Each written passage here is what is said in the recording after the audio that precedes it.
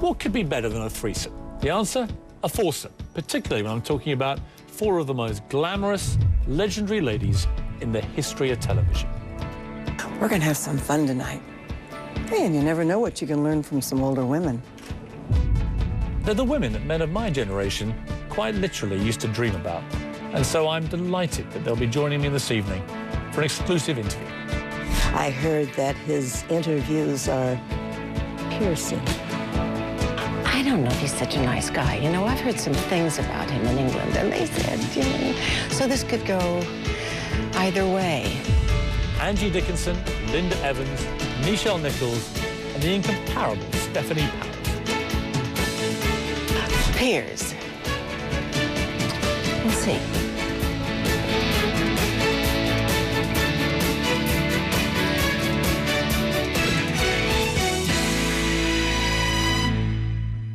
Ladies, I have to start with a confession, because this to me is a very, very exciting moment. Because when I look down the chairs here, I see my past. When I was a teenage boy, I'm pretty sure all four of you were on my wall.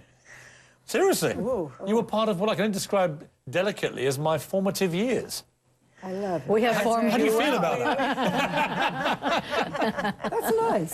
Is it nice? Nice. I married someone on my wall. I mean, I always wondered. I mean, did? I was a massive. My first husband. Was on I had a your wall? picture of him over my bed when I was 13. Did you I really? married him.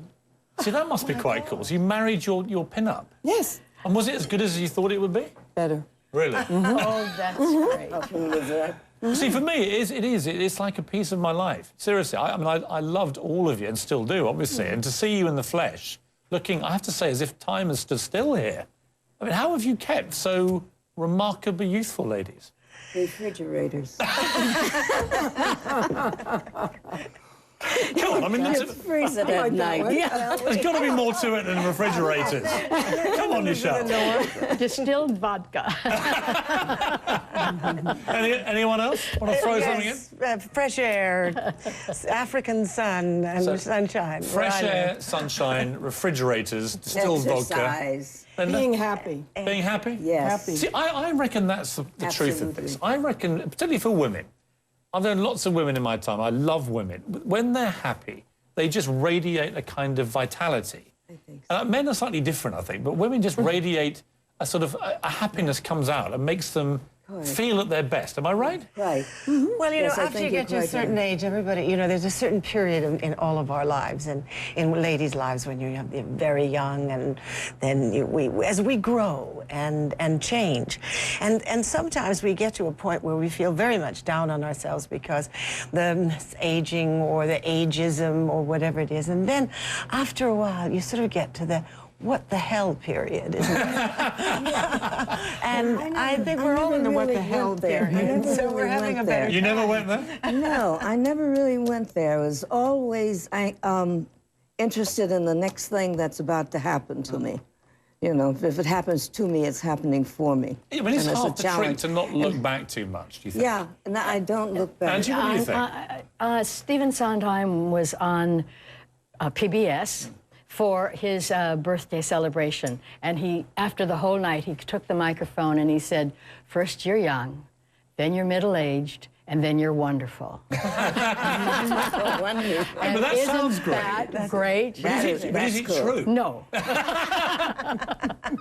I can't believe it. Well, I'm 45, and I'm thinking to myself, I remember what it was like when I was the Vanity Fair described me as a bit of a joke, as I think they called me throbbingly virile or something, and they were teasing me, but it kind of made me think, I remember being throbbingly virile, and it felt damn good. And the reality of life is that eventually, you know, stuff slows down, doesn't it? You're not quite what you were. Sure. I want to go down the line here. Let's start with you, Stephanie. What's the best and the worst thing of becoming a slightly older sex symbol, if I can put it like that? Ooh. Because you've all in your prime were like these magazine cover girls, and you were the sexiest girls in America. You won all the awards. When you're no longer that kind of sex symbol, What is it like for you psychologically? Well, I never looked at life as if I was a sex symbol, so I didn't place myself in Everyone that. else did. Yeah. Tell you I did, for Oh, starters. well, thank you very much. But there were so many other things that were more interesting than I was in my life, and the pursuit of those things has kept me, I suppose, interested, curious, and understanding that the job is never over. And Angie, what about for you? Be brutally honest. I here. got brutally busted, and I was about 40, and hot pants came out, and I wore them to a nice affair, and Irving Lazar said, "You're too old to wear those." Wow. And so, and he was right, by the way. It fits you only till a certain time, then it looks ludicrous. How did you feel to hear that? Sad. Yeah. Yeah, because it was the truth. But I adjusted and left my pants on and did just fine. But it just made me aware that the hot part doesn't last that long. Linda, what do you think? I mean, I remember the height of Dynasty. It was so huge, both in America and Britain. It was the biggest show on TV. And we all idolised you and the cat fights with Joan and so on and so on. But for you, what's it been like? What's it been like, the ageing process, I guess? I like the aging process because I've gotten a kind of freedom from it. You're no longer in that game. And there's a kind of wonderful thing that happens. You realize you're wiser, and you go, would I give up one bit of what I learned for being back there and looking like that and have that ignorance? I don't think so. Really? No. So there's a kind of shallowness that goes with just being appreciated for beauty. Yeah. Which you don't, when you get older and you don't just get that focus, you can impress people perhaps with more meaningful things. Or you don't have to impress anyone. You can just be. You can just be happy within yourself, and you don't need anybody's input on you. You can find a place within yourself that's okay. Nichelle, what do you think? I mean, you know, Star Trek. Yes. I mean, I remember watching Star Trek, and you were like this. Speaking of the legs. Well, we all remember your legs. I never say so, but I mean, you did this stunning apparition in Star Trek and electrified the world of TV. But what's it been like for you? I don't speak numbers. I don't speak age. I don't care. I'll tell you when I was born. I put it in my book, Beyond Uhura.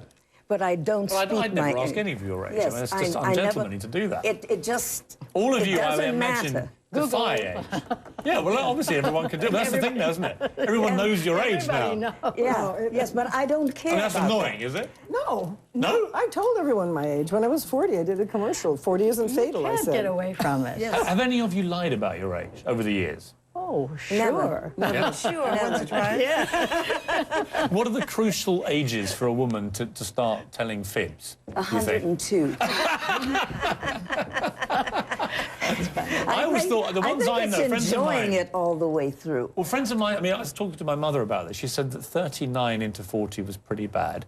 But if she'd known how bad it was going to feel going from 49 to 50, she said it was that one that really upset her. It was Somebody from England told me that when I turned 40, I said, I'd rather be 50 than 40. And he said, no, you won't. Yeah, You know, I no, think you that's wouldn't. probably true, Yeah. isn't it? I think 60 is brutal. Do you? 60, yeah. I mean, 90 They start can't be saying great. My seniors grandmother's citizens 92. When she was I don't 90, put in your I said, how do you feel category. being 90? And she said, I'm going to be that terrible. again. Yeah, that's great. Yeah, Except true. I called a friend on her 65th birthday, and she said, I'm so happy I'm 65 because now I'm going to get all those things I thought I was going to get when I was 21 and didn't. You know, free bus fare, get into a movie house cheaper, all these great rewards. Social Security. Well, ladies, when we come back, I want to talk to you about what is now this incredibly common thing, but I guess in the early days certainly wasn't. It didn't exist, really. Plastic surgery.